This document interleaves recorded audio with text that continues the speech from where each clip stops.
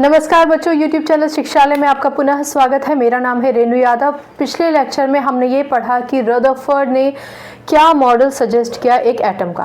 अब हम ये पढ़ने वाले हैं कि रदरफोर्ड के मॉडल जो इन्होंने दिया उसका ड्रॉबैक क्या था, क्यों उनकी थ्योरी को डिस्कार्ड कर दिया गया। मैं आपको फिर याद दिलाना चाहूँगी कि किसी भी थ्योरी को या किसी भी मॉडल को डिस्कार्ड करने का ये बिल्कुल मतलब नहीं होता कि वो निल हो गई है। इसका मतलब ये है कि कुछ एक आध सवाल ऐसे पूछे गए जिसका जवाब ये नहीं दे पाए और उसके बाद किसी और ने अपनी थ्योरी दी। ठीक है, चलिए रदरफोर्ड एटॉमिक मॉडल का ड्रॉबैक आज हम जानने वाले हैं। देखिए, ये ड्रॉबैक समझने से पहले कुछ चीजें आपको समझना जरूरी है। पहली बात, इलेक्ट्रोस्टैटिक फोर्स ऑफ अट्रैक्शन क्या होता है ये आपको पता होना चाहिए।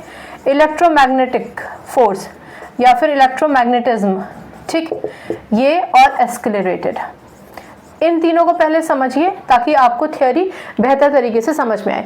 देखिए, इलेक्ट्रोस्टैटिक फोर्स ऑफ अट्रैक्शन की हम बात कर रहे हैं। बहुत सिंपल है, एक इलेक्ट्रॉन है जिस पे नेगेटिव चार्ज है, एक प्रोटॉन है जिस पे पॉजिटिव चार्ज है, दोनों पे ऑपोजिट चार्ज है और दोनों ही चार्ज पार्टिकल कहलाए जाएंगे। मतलब जिस पे चार्ज होता है पॉजिटिव या नेगेटिव वो चार्ज होता है, तो उनके बीच में जो अट्रैक्शन होगा उसको आप कहेंगे इलेक्ट्रोस्टैटिक फोर्स ऑफ अट्रैक्शन। हम सिर्फ अट्रैक्शन की बात कर रहे हैं, ठीक है, सिंपल हो गया।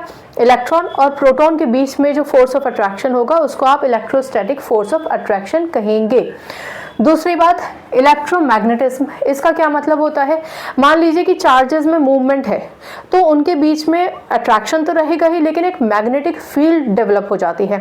तो उस मैग्नेटिक फील्ड की वजह से आप उसको बोलते हैं इलेक्ट्रोमैग्नेटिज्म या फिर इलेक्ट्रोमैग्नेटिक फोर्स ऑफ अट्रैक्शन। ठीक है, यहाँ याद रखिए कि रदरफोर्ड ने कहा था कि प्रोटॉन न्यूक्लियस के अंदर है।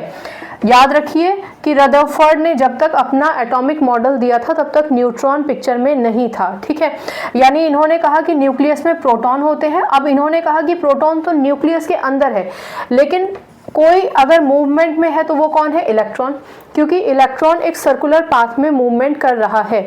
यानी कि इलेक्ट्रॉन के मूवमेंट की वजह से एक मैग्नेटिक फील्ड डेवलप होगी। तो अब इन दोनों के बीच में इलेक्ट्रोमैग्नेटिज्म आ ही जाएगा। ठीक है, तो एक तो इलेक्ट्रोस्टैटिक फोर्स ऑफ अट्रैक्शन और इलेक्ट्रोमैग्नेटिक फोर्स ऑफ अट्रैक्शन या इलेक्ट्रोमैग्नेटिज्म की हमने बात समझ ली।